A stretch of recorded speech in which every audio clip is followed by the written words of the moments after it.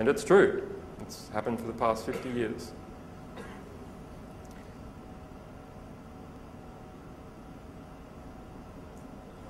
So another bulk leak of that sort is we released 600 reports from the United Nations.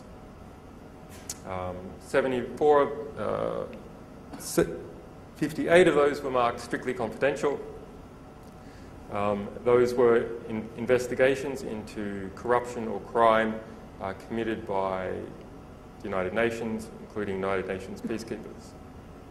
And then the other reports out of that 600 are audits of various kinds, including parts of the United Nations that have things to do with Malaysia.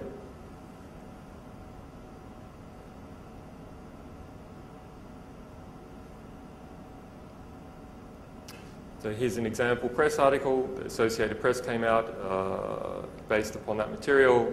It appears everywhere. It's a newswire, appeared in New York Times. UN finds 217 sex abuse claims against Blue Helmets. So there was peacekeepers stationed in the Congo who were sexually abusing the local population.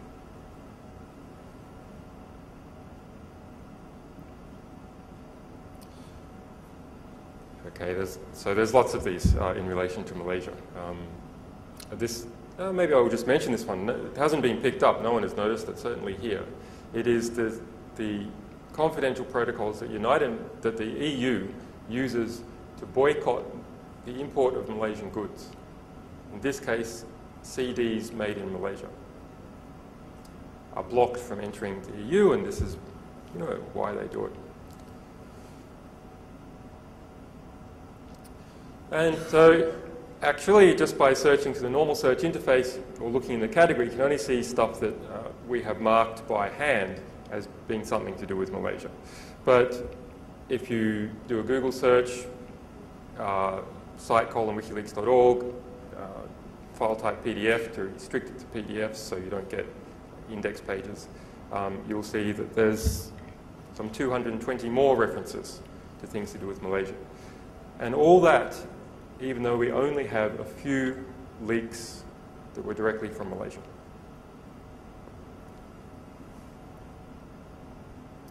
So here's another one.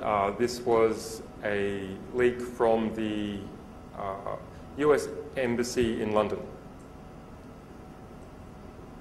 So this is about a Malaysian citizen who's accused of being a member of Jemaah Islamiyah.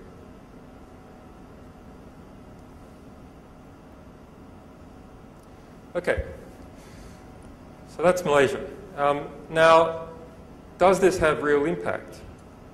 I mean, our hopes are that it has impact and that we achieve significant reform. But, okay, you can see the press is writing about it, but does it actually work?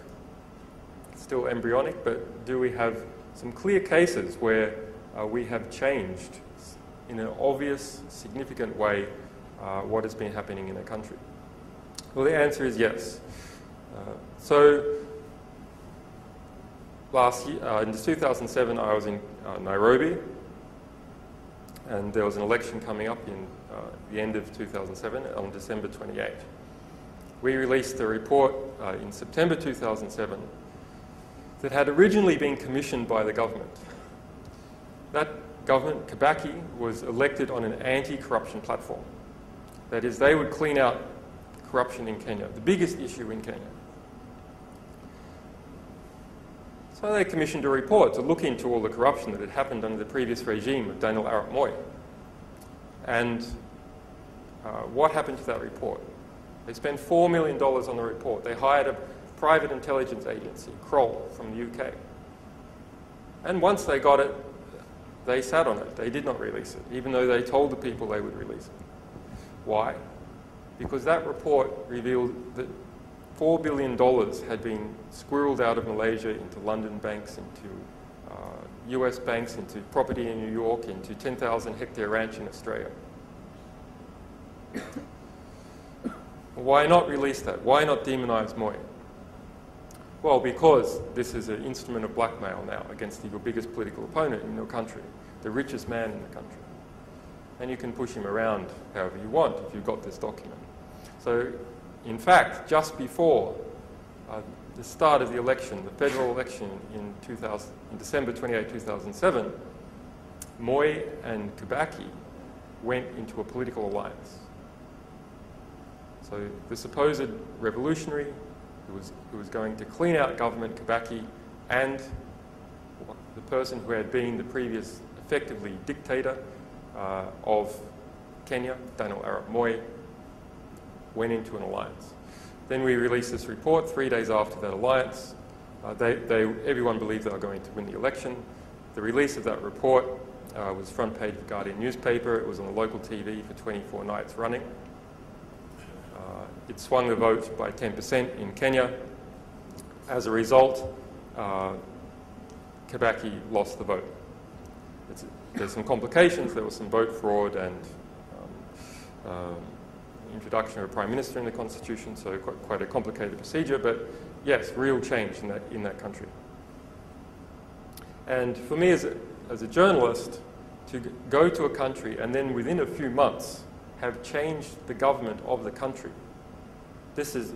I can't describe how satisfying that kind of work is. Extraordinary. To know almost nothing about a country, go there, and then 3 months later, change the government. And that is something you can do if you find the material that will change the government, you publish it, you keep it up, and you spread it to everyone that you can.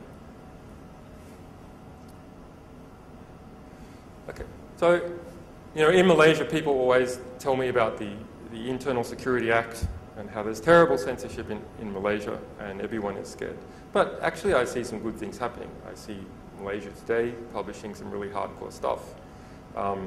Okay, Raja Petra is in hiding, so it's not so easy. But